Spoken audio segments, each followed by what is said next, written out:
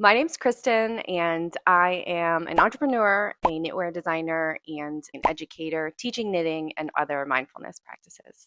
Third Piece was my first business that I co founded in 2012. It started as a passion project. At the time, I was working in corporate, finishing graduate school studying business. I worked in finance, so it was a lot of blue suits and very masculine pieces that I was building in my wardrobe. I hated it. It definitely didn't feel representative of the way I wanted to dress. The corporate world wasn't something that I wanted to do going forward. And so I had a friend approach me with a hand knit scarf, and I had never seen anything like it before. Immediately, my business brain started twirling around thinking about what it would take to actually make something that was mass produced. The business first started out by hand making collections. We were doing finished goods, selling them in other boutiques, and ended up in some really renowned department stores in New York City and other places across the US and Canada. We were going down a very contemporary fashion line direction where we were building out a seasonal offering that consisted of hats and scarves and then expanded into sweaters. And then once the yarn line came into play, which really wasn't until like year 6 of the business, I slowly started opening up the ability for knitters to make them, eventually embracing the whole concept for everyone to be able to make any piece. So every piece that was designed in the collection would be a finished knit, or you could make it yourself through a knit kit. The ability to see something on the runway or see trends that were happening in different clothing stores or even in like my own closet, that side of the business drew me in creatively. The ability to combine fashion and function with form to create something that wasn't just handmade, but truly crafted. The overall way that a garment could be produced by hand was something that felt intriguing to me. I started investing in the educational side of the business. It was almost a reactionary strategy that happened. We had people that would have questions. It opened up the need to be able to have support, education, videos, and ultimately workshops and on-hand guidance to give people the support they would need to both start and finish a project. The sourcing and solidifying the supply chain to get the yarn to be the right quality and the right materials and to be able to pick the colors, that was the more challenging and stressful component of building out the foundations of the business. We were still very small, so we weren't quite at the point where a mill would take us seriously. So we were in this in-between phase of getting yarn from yarn stores, working directly through other brands or private labels.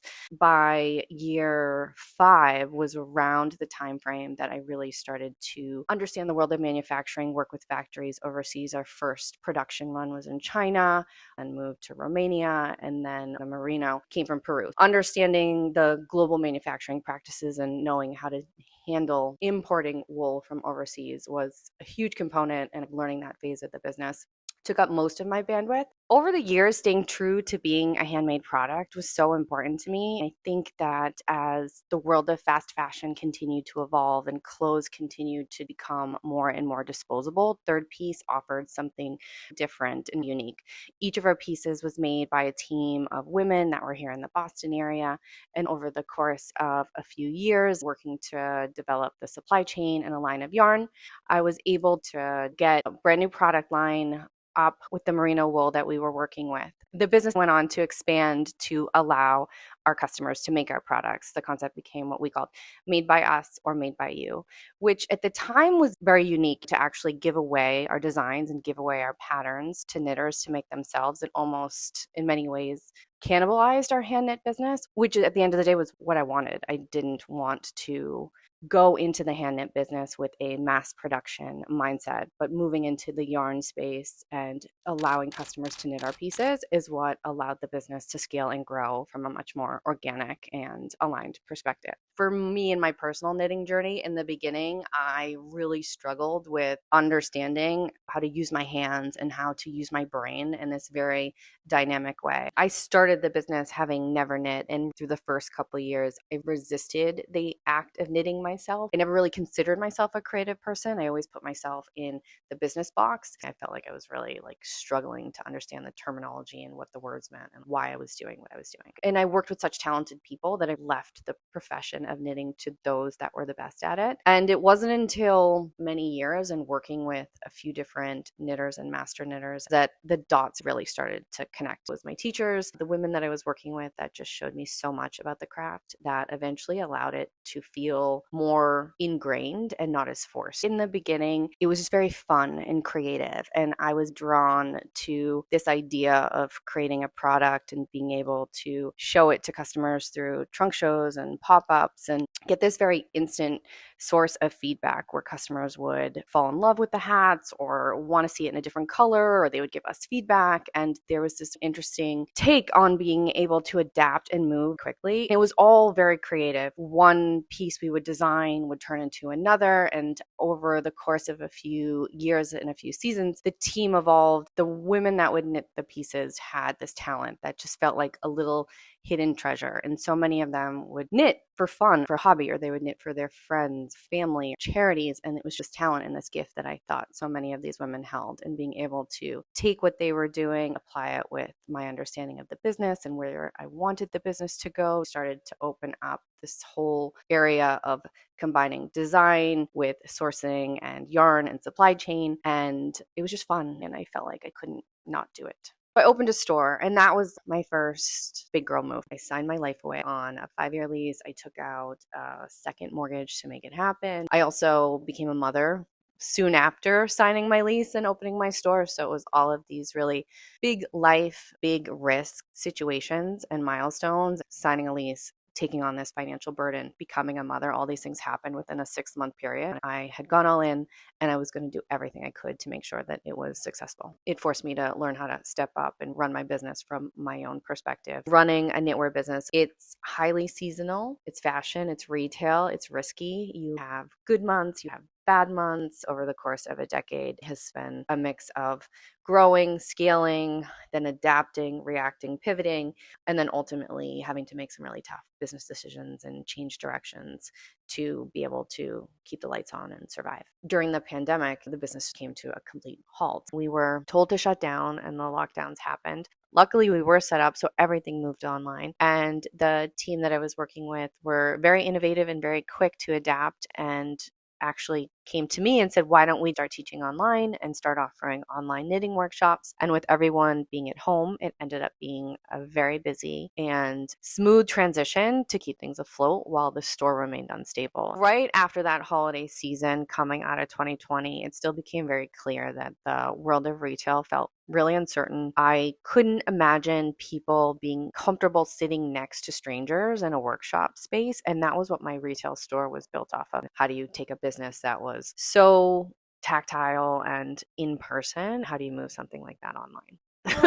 You can't, which is why I really have felt like a missing link in how the business could evolve going forwards. I miss the people. I miss the store. There was an energy that naturally happened in the store from the people that I would work with and the knitters that would come in and the customers. There was just a vibrancy. That space was such a reflection of my design aesthetic and what I really loved. I miss that, and I miss the people, and having a space to call my own has definitely been what I've struggled with the most. The business just slowly felt like it was deteriorating. The essence of the brand, the essence of the product, all of the pieces that felt so special to me and that drew me to the business slowly started to diminish, and it was only a shell of what I wanted it to be and what my vision was. I was working in the studio space that felt so desolate, and it just missed a human connection on many levels. I tried, I gave it a solid A+ effort to figure out the e-commerce strategy. Selling online, it required a whole new set of skills, a whole new set of infrastructure and capital, and thinking about what that would take to grow an e-commerce business. It just didn't feel that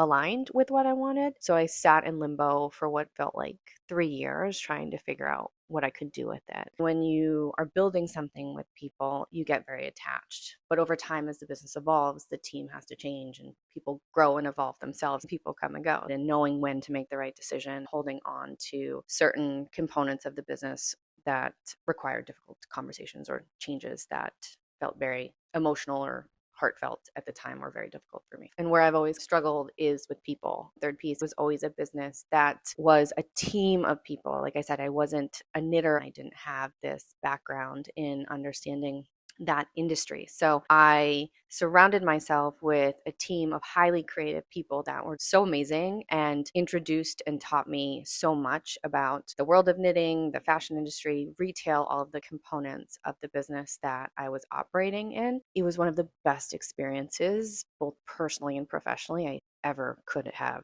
asked for. When I look back, I know I was operating from a place of ego and feeling like I needed to prove to myself and others that I was going to make this business work. After all of that, I knew I didn't want to be in the world of product. I didn't want to build a business that solely relied on the mass producing and scaling of a product in order to be the lifeline for myself and the business. There's so much uncertainty in the world, in the economy, in politics. You can just see the shift of the way people are shopping and the way people think about shopping. And unfortunately, we live in a world where Amazon is easy, it's cheap. And when you're trying to sell a product that demands a higher price point and takes a lot of time and expense to produce it, it didn't feel like it made sense. After slowly winding down and selling and utilizing the rest of the materials and yarns I was working with, I decided I was going to hit pause. I wanted to take a break from being beholden to selling products. And I started thinking about what could I offer? And that's when teaching and knitting experiences and more interpersonal type experiences started to be introduced to me. I experimented with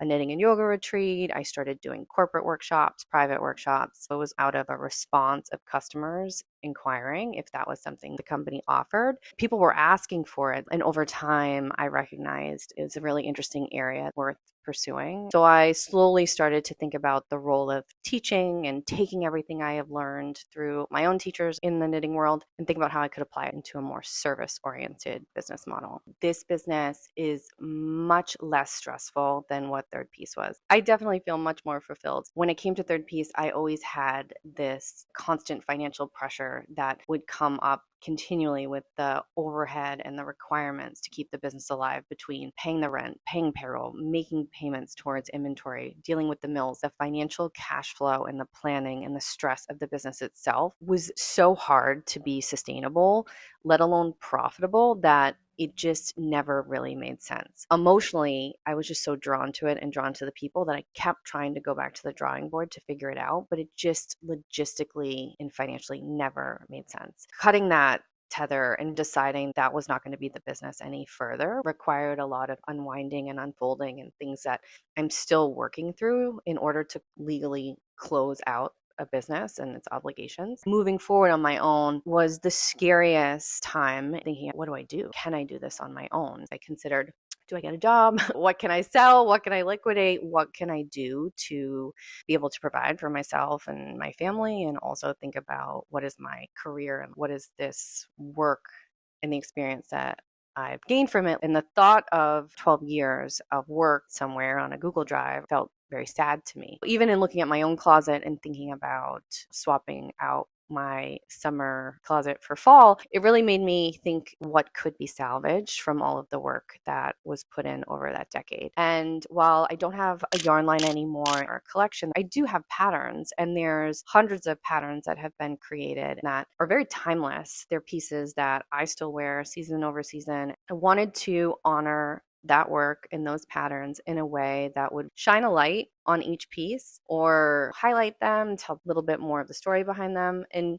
offer them to knitters and even aspiring knitters. A lot of our designs are great for beginners or for people that want a project that makes them feel excited to knit, something that they'll actually want to wear. The Archive Project, it's a weekly feature where a series of patterns will be rolled out to highlight some of our favorite pieces that knitters can recreate themselves. The Archive Project is for anyone, really. We have an array of sweaters, hats, accessories. There's really interesting takes we've done to create zero waste sustainable options you can use your scrap yarn for. Our Mini Me collection, which are some of our favorite signature pieces offered for littles, an array of home patterns, pillows, blankets, and different fun projects to keep you warm and cozy. It's for people that like chunky yarn. Third Piece has always been rooted in chunkier, soft, plush wool yarn. So if you are a chunky yarn lover, our patterns are definitely worth checking out. We have patterns for learn to knit beginner scarves, sweaters, all the way to really advanced brioche style sweaters that can up your knitting techniques and challenge your knitting skills.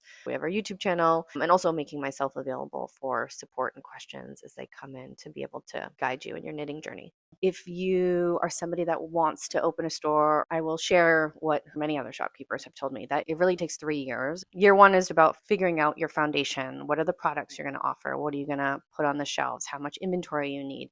Figuring out your sales patterns, your foot traffic patterns. Who's your customer? Who's your audience? Figuring out some of the natural and organic components of the space. Year two, you start to gain a little bit more confidence. You start to have a little bit more history and understand the patterns and the traction, and making sure that you're hiring the right people in the store. Is someone else going to run the shop with you? Thinking about the people behind it happens around year two. All goes well and you're still trucking along and you've figured out your cash flow, your inventory, and your people.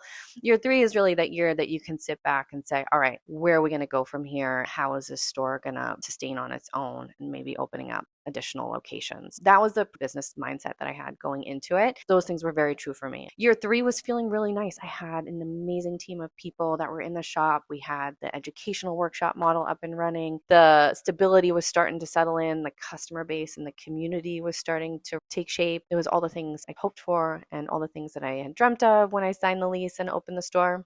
And then the pandemic happened, and that threw everything for a complete loop. Everything changed and evolved from there in a very different way that was never on my radar.